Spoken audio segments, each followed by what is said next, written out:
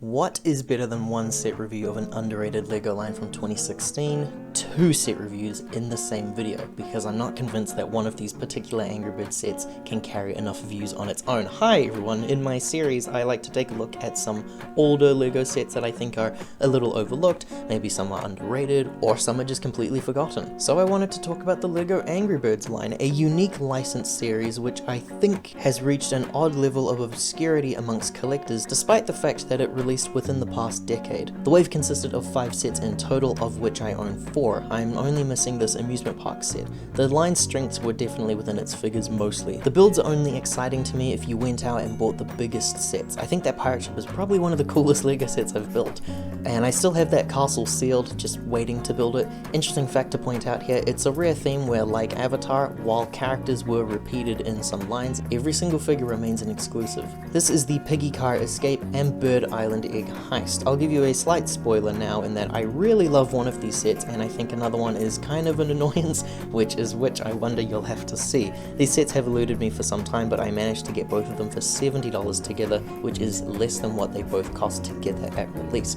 Awesome. Piggy Car Escape features 1 bird, 1 pig, and some form of a bike, whereas the Bird Island Egg Heist features 2 birds, 1 pig, and another form of a bike, as well as a house. No sugarcoating it, this is the Piggy Car Escape.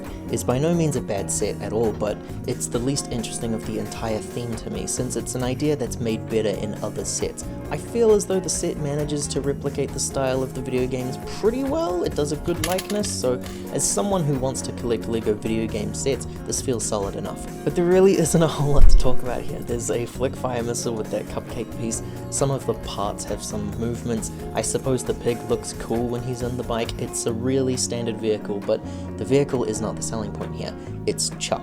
Released only in this set, which makes him exclusive and desirable. If you are wanting to have the trio, you have to get this set. And of course, I want the trio of characters. The build for the characters are very interesting. It's one whole piece that allows for some arm movements. Chuck's hair, beak, and tail are a rubber material, and his feet feature that anti-stud so that he can stand on LEGO surfaces. He's really weird, he's wholly unique, I really like it.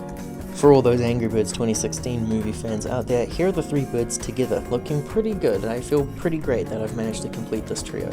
And here's our Piggy, which LEGO has labelled as Piggy 1. Piggy 1 also features a special body mold that is the same mold for all of the pigs, but he uses genuine LEGO minifigure parts as well. The arms and hands are minifigures, so I assume you can remove those arms, but I haven't tried this out for myself. Love his cartoon expression and the silhouette that this figure casts of an iconic one.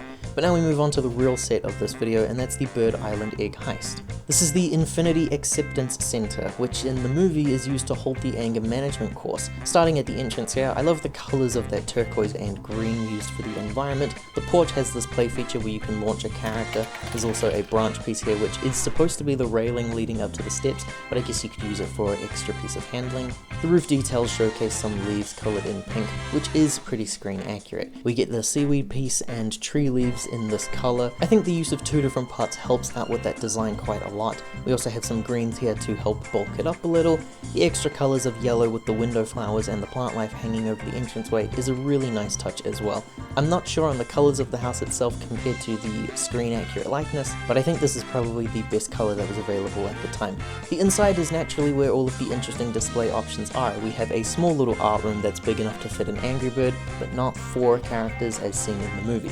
We have a painting that's reminiscent of a Jackson Pollock-alike art piece, which I think is the one that Bomb runs face first into. It's a sticker, but it is a special sticker that's easily usable outside of the Angry Birds line. The canvas is on a hinge piece, so it can be moved and adjusted however you see fit. We have an image of a pig here as well, being struck by lightning, which is what Red paints in the movie. The last image here is a picture of Terrence, who never had his own minifigure, but he is here in sticker form. This type of detail is very reminiscent to me of all those Springfielders who made it in stickers, but they never made it as figures. There's also a paint palette here as well.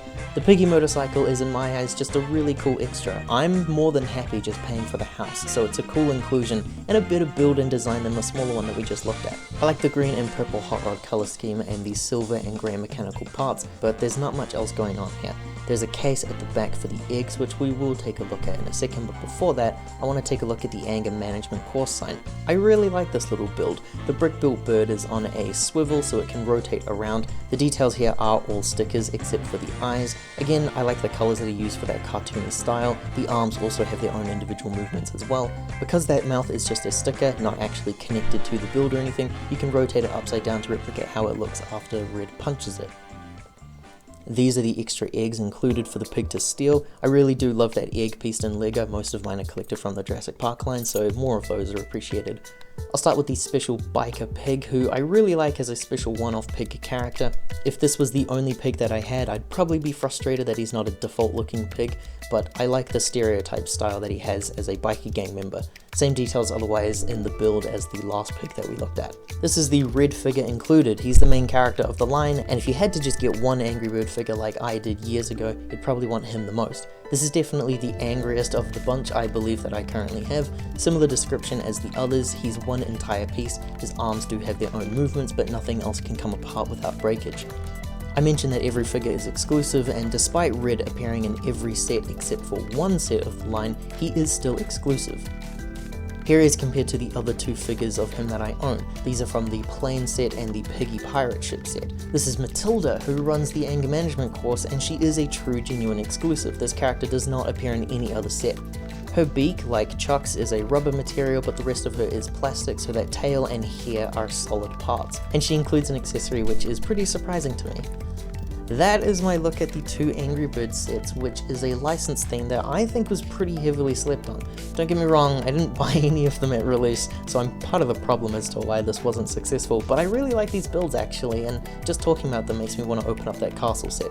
If you are new to this channel, subscribing helps to support this little series. I love talking about obscure older LEGO themes, so be sure to stick around for some more videos on that. Take care.